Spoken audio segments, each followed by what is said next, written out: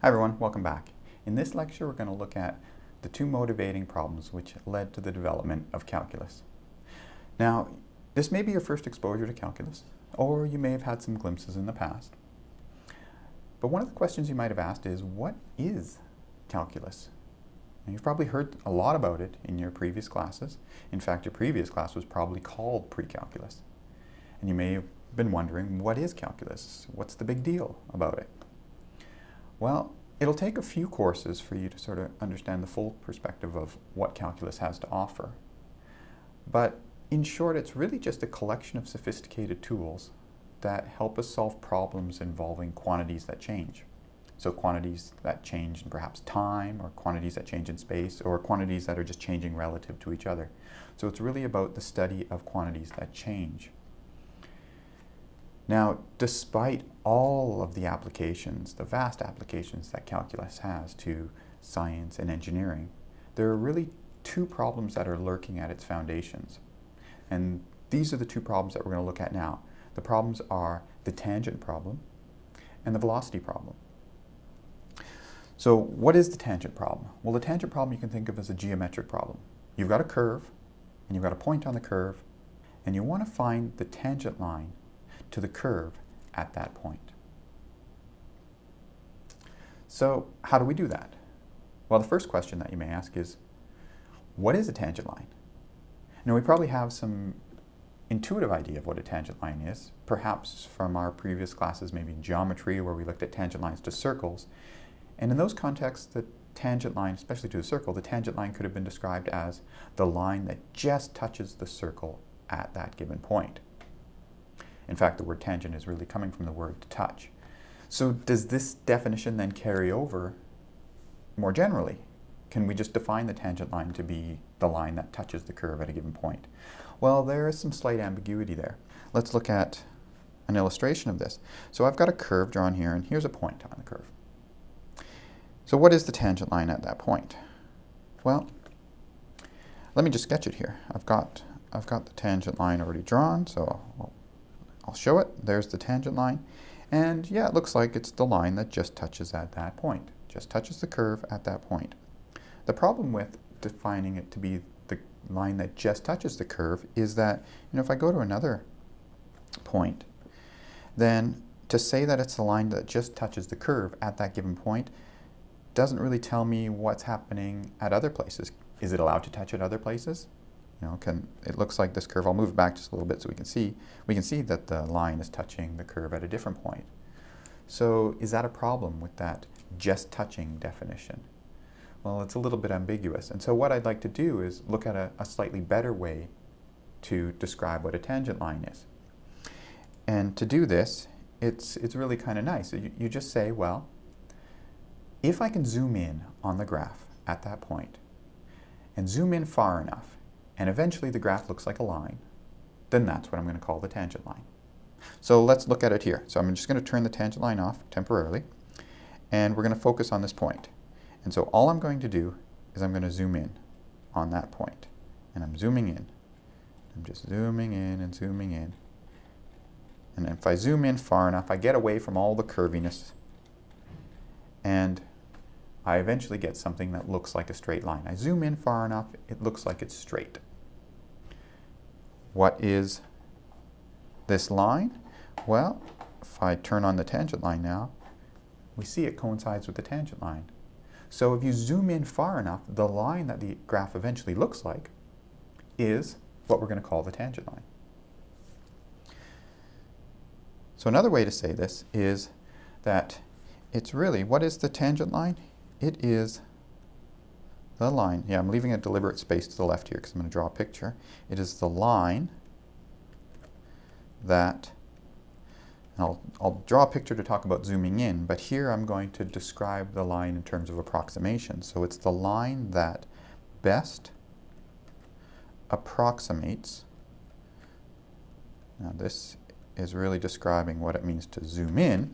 So it's the line that best approximates y equals f of x near the point P. So it's the line that best approximates the function near the point P. So let's get a picture for that. So I've got my curve,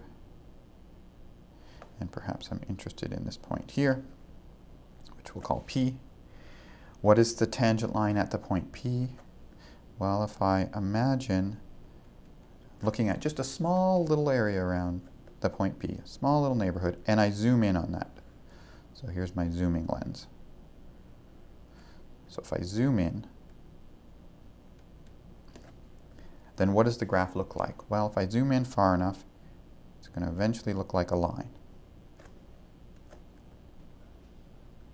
So it looks like a line. And then we call this the tangent line. That's what we're going to call the tangent line. You zoom in far enough, the graph will eventually look like a line, and that's what we're going to call the tangent line. So it's a line that best approximates the function near that point. Okay, so given a function, given a point on the function, or given a point on the graph of the function, if you zoom in far enough, is it always going to look like a line? Will there always be a tangent line? Well, thinking about it in terms of that zooming in, we're really asking the question, if I've got the graph of a function and I've got a point on it, and I zoom in and I zoom in and I zoom in and I zoom in, will it eventually do, like that last illustration we saw, will eventually all of the curviness go away and we'll just see what looks like a straight line left if I zoom in far enough? Or can you think of an example where you just can't have that happen? Maybe you can't get the curviness to move away. Well, a nice classic example of this is the absolute value function. So here, if I look at the point, the origin, 0, 0, there's a corner there. Now there's an abrupt change in direction. The graph's doing one thing on one side and then it quickly changes direction and does something on the other side. At that point, if I zoom in, you can see I'm zooming in because the numbers are changing on the axes. If I zoom in and zoom in and zoom in and zoom in, I'm never getting rid of that corner. It's always going to be there. That corner is never going to smooth out and eventually resemble a line. It's always going to be there, no matter how far I zoom in. The graph can't be approximated by a straight line in a region about the origin. It can be approximated by two straight lines, one on one side and one on the other, but there can't be a single straight line that approximates the graph of the function at that point because of that corner there. And therefore, there's no tangent line. So let's have a look at another example involving a corner. So here I've got another graph of a function, and what I've done is I've sketched the tangent line at all these points. So I can drag this around and the corresponding tangent line comes along with it just for perspective here. And so what I see is that, if I leave it at any place along the graph where it doesn't look like there's a corner, where it looks relatively smooth, and I zoom in and I zoom in and I zoom in, eventually the graph is going to look like a line. In fact, it'll coincide with what I've drawn there to be the tangent line. So the tangent line exists at all those points. Now, can we see a place where it probably doesn't exist? Well, it's going to be this place where there's this abrupt change in direction. On one side, graph is sort of moving along, nice and smooth, and then boom, changes direction really quickly. And it's at that abrupt change in direction, I'll just move the point a little bit away so we can zoom in on the corner there. That abrupt change in direction, if I zoom in on it, it's not smoothing out. In fact, it essentially looks like it's going to a right angle, but if I zoom in far enough. So I zoom in and I zoom in and I zoom in, it's not going to look like a straight line. There's no tangent line there. There's no tangent line there. So if a curve with equation y equals f of x and a point P on the curve are given, does the tangent line exist? Well, based on those couple of examples, we have not always. Not always. We just saw a couple of examples where the tangent line doesn't exist. And it's not going to exist at these places with corners. So if the answer is not always, let's just jot down one of our examples. So consider y equals absolute value of x at the point 0, 0. There is a corner, what we'll call a corner there. So no So no tangent line. And let's get a quick sketch of this in here. So it's our absolute value function. Y equals absolute value of x. The point we're considering is 0, 0, and there's our corner. Okay, so we don't always have tangent lines existing. So there are curves and points on those curves where the tangent lines possibly don't exist. Now, just focusing on the case where we do have a tangent line existing, you know, you zoom in, you zoom in, you zoom in, and voila, it resembles a line, and therefore the tangent line exists. How do we find the equation of that line? Well, we have a point, right? The point we are zooming in on, the point we are interested in, we have that point. So we know a point on that tangent line. What else do we need to describe the line? Well, we either need another point on it or we need a slope. Probably don't have another point on it because, well, another point on it is probably not going to be on the curve itself. But maybe we have a hope of finding the slope. So in order to write down the equation of the tangent line, I'd like to know its slope. If I can get its slope, I've got the equation of the line because I already know a point on it. How do we find the slope of the tangent line? That's our big question. How do we calculate the slope m? Okay, so this zooming in idea about what a tangent line is, if you zoom in far enough, it'll eventually look like a line, and that's what we call the tangent line. That will actually help us find the slope. Doing it, as I've done with a visualization, that's not going to help us. But actually formulating that into some sort of calculational tool will allow us to compute the slope. But let's look at one more picture where we try to figure out how we can compute the slope. So in this example, we've got, this is a parabola. It's a function y equals x squared, but it doesn't really matter what it is in this example. So we've got a point, and I'm interested in finding the tangent line at that point. Now this is the issue. I only know one point. To find the equation of the tangent line, I need to know either the slope or another point on it. Well, I don't have another point on it, and I don't know the slope because that's what I'm trying to find. What I can do, however, is I can say, well, if zooming in on this thing is eventually going to make it look like a line, then I can maybe use another point on the curve itself, really close to this point A, as the 2 points that I'm going to take, which are, well, they might not be on the tangent line, but they'll be close enough together that they look like they're on the tangent line. So let's just make this a little bit more concrete. So pick another point on the curve itself. Now what I can do with these 2 points is I construct what's called the secant line. The secant line is just the name we give to a line which passes through 2 points on the curve. So I've got the secant line. I know 2 points on it. I can construct its slope. In fact, I've got this little triangle here which helps me construct the slope. It's just the rise over the run, and the little calculation is done above. So I've got the slope of the secant line. Now, here's where the zooming in part helps us figure out what's going on here. So if I zoom in around the point A, then I'd really like that other point Q to be closer. So what I do is I just move it a little bit closer. The other point Q is still on the curve, A is still on the curve. I can get that point Q by, well, here I'm just controlling the point Q by how far its x-coordinate is from the point A. So I can easily work out what the corresponding x value is over here, plug it into the function, work out the y value, figure out what the height of this little triangle is. I know the distance there is just given by that h value that I've chosen. So all these quantities I know. I can work out rise over run and get the slope of 2.5. And I can move that point a little bit closer and a little bit closer.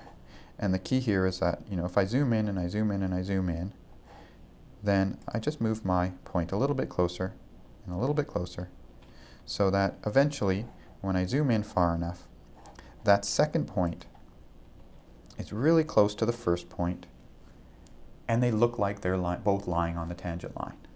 And I can work out the slope of this, right? I can work out the slope of this because both points are on the curve. So I work out the slope, 2.05.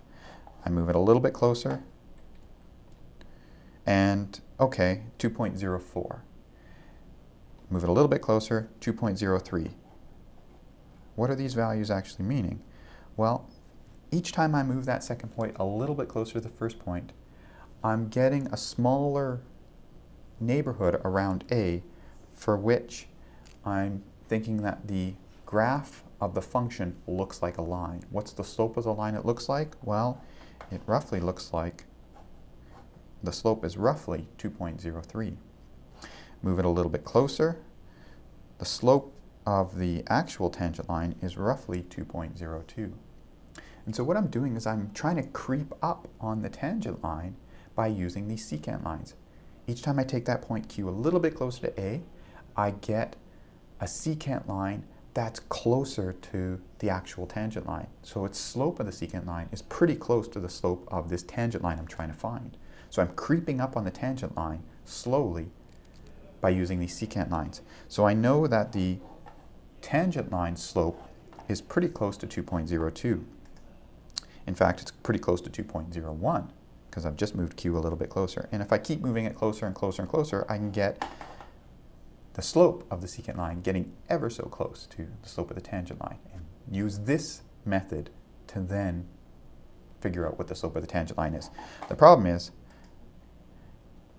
I can't take that second point Q. You might say, well, why don't we just take that second point Q to be the point A? If we're trying to get it closer and closer and closer, just take it to be A. Well, the problem is if I take it right on top of A, then I only have one point now. So there is no triangle anymore, and I can't compute a slope. I need that little triangle there, those 2 points on the curve, to get the slope of the secant line. So I want to take my H value. The key is to take my H values closer and closer and closer to 0. So that second point is getting closer and closer and closer to A. So that secant slopes are getting closer and closer and closer to the tangent slopes. And I use those to figure out what the slope of the tangent line is. So let's actually go through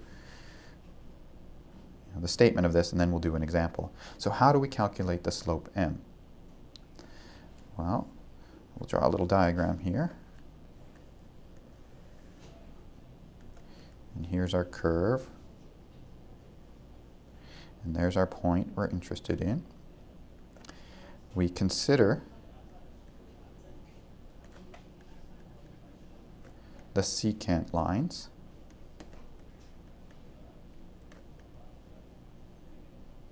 Actually, the secant lines slopes. We're really interested in the slopes. So here we've got our secant line. We pick another point on the curve. We draw the secant line through them. That was our point Q. This was our point, what did we call it? We called it P. That was our point P. Our point P had an x value of x naught. We move h units over to get our second point, which is x naught plus that little change, h, and that's our secant line.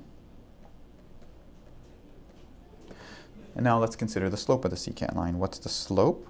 It's denoted by m. M usually denotes slope. And in fact, this q is going to be changing, right? It depends on h. So I'm going to call it m sub h because I'm imagining a bunch of these secant lines. So it's m sub h. And it is f of x naught plus h minus f of x naught.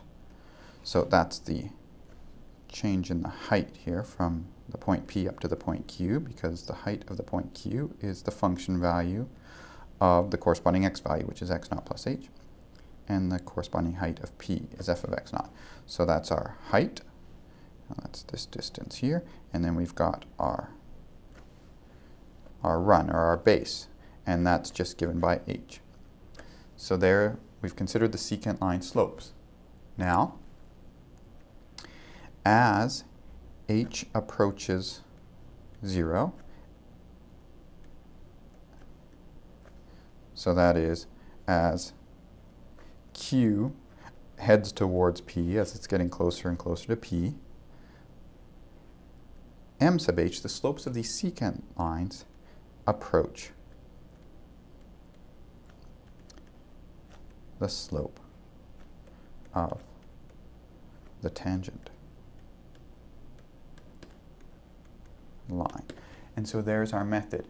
We compute the slope of the secant line for any of these h values, and we watch what happens as we let h shrink to 0. As h gets closer and closer to 0, or in other words, as that second point gets closer and closer to the first point, we watch what happens to the slopes of the secant lines. They should head towards the slope of the tangent line. So let's look at a particular example. So we're looking at the parabola again, and we'll just sketch the parabola here for all of these examples. And so here's our parabola, and we've got our point corresponding to 1, 1. And that's the place we're going to want to find the slopes of the secants through that point and another point. So what's another point? Well, another point is 2, 4. So let's go out here to 2, 4, and sketch the secant line through 2, 4. What is the slope of the secant line through these 2 points? What's the slope of this line? Well, it's going to be the rise over the run. From the diagram, we can immediately see what those values are. Now, I started at height of 1, I went up to a 4, so this is 4 minus 1, or in other words 3, and the run, well, there was a change in distance of 1 there. So the slope of that secant line is 3 over 1, or 3. I'm going to write it in sort of its full form here, just so we can perhaps see the pattern that's happening.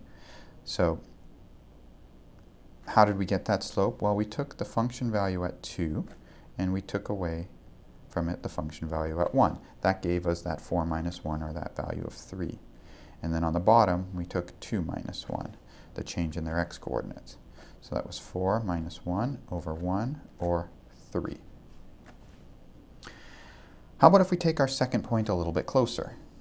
Maybe our second point is here at 1.5. So there's our second point. And we're looking at the slope of the secant line through those 2 points. How do we find that?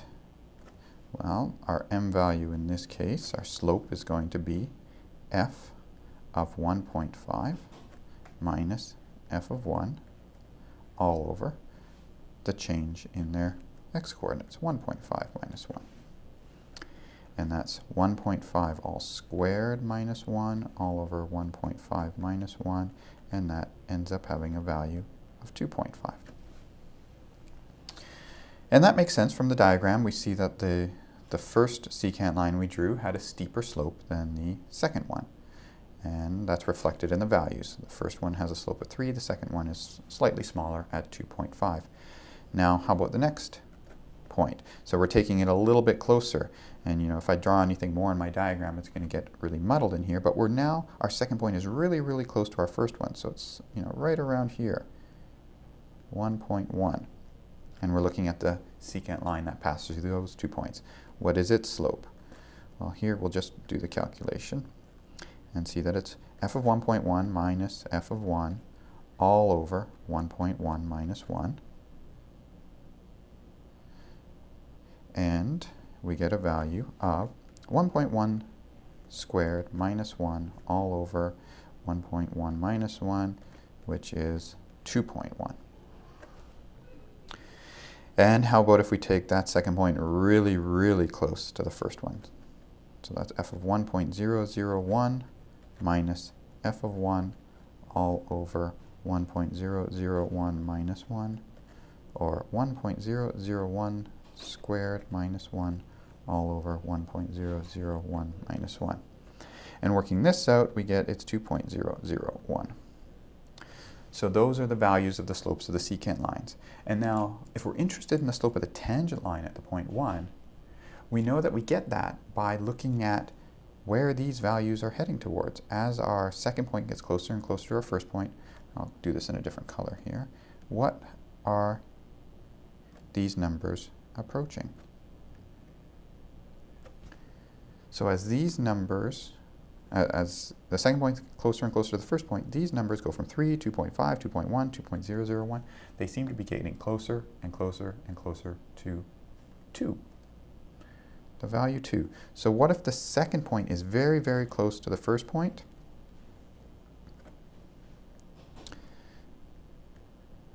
The slope of the secant line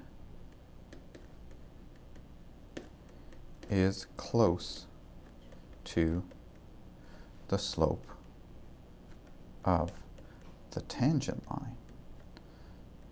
The tangent line, which has value 2. That's what we figured out. It's going to have a value of 2. Okay, you might at this point say, well, wait a minute. All you've shown is that it goes from 3 to 2.5 to 2.1 to 2.001. All we know is that they're getting smaller. How do we know that eventually they perhaps don't dip below 2 and head towards some other value? You know, having 3 values here is not enough to make this sort of general concluding statement. And absolutely, you know, we should do perhaps a little bit more here. For this first section though, section 2.1 that we're working on, it's really about just getting a feel for what the slopes of the secant lines are doing and making a prediction for where they're going. And in this case, our prediction is they go to 2. We will, however, look at how to put this on a more rigorous footing and know definitively where these numbers are going to. And I'll just show you an example of how we could do that here. So I'm going to take all of this and just boil it down into a pretty quick calculation that works in general. So what is it we're working on? Well, we're working on a second point whose, you know, x value is some h units away. So let's consider the point, so for the second point, 1 plus h, f of 1 plus h. So I'm looking at a general h value. In the first case, h was 1 because we are 1 unit away from the original point.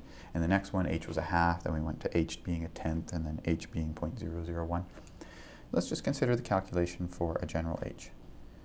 Then the slope of the secant line is f of 1 plus h minus f of 1 all over h. What is that? Well, that's 1 plus h squared minus 1 all over h, which is 1 plus 2h plus h squared minus 1 all over h. And we see that these 1's cancel off, and we have a value of, well, h is a common factor in both things on the top, so I can divide h into each from the bottom, and I get 2 plus h. So our m value, our slope of our secant line, is just 2 plus the corresponding h value. And we can see that in our pattern here. The first one here corresponded to h being 1, because our second point was 1 unit away from the first one, and we got our slope of 3. In this one, our h value was 0.5, and our slope was 2.5. In this one, our h value was 0.1, and our slope was 2.1. And so for each of these, you see that the corresponding slope was just 2 plus the h value. Now, here's our big conclusion. As h goes to 0, as h gets smaller and smaller and smaller, what does our slope go to? Well, it goes to 2 plus h. And if h is going to 0, then m is going to 2 plus 0, or 2. So m is going to 2. And that's how we get our value for the slope of the tangent line to be 2, because we looked at how the slopes of the secant lines are behaving. Where are they approaching as h gets close to 0? Okay, so this is essentially the first problem, the first motivating problem that we have for studying the ideas of calculus, the tangent line problem. How do we attack the tangent line problem? Well, we look at slopes of secant lines, and we look at what they're doing. How are they changing as h gets close to 0? This will give rise to the idea of a limit. We'll eventually look at this expression of 2 plus h and say, well, what's its limiting behavior as h gets close to 0? That's really the essence here. And that's going to occupy the next few sections for us. We're going to look at focusing on the problem of computing limits, and then coming back to this tangent line problem again and carrying it a little bit further now that we have those computational tools to sort of finish off this calculation. But for this particular section right now, we're just getting this idea of secant lines are getting closer to tangent lines, so playing around with the secant lines and trying to predict then what the slope of the tangent line should be.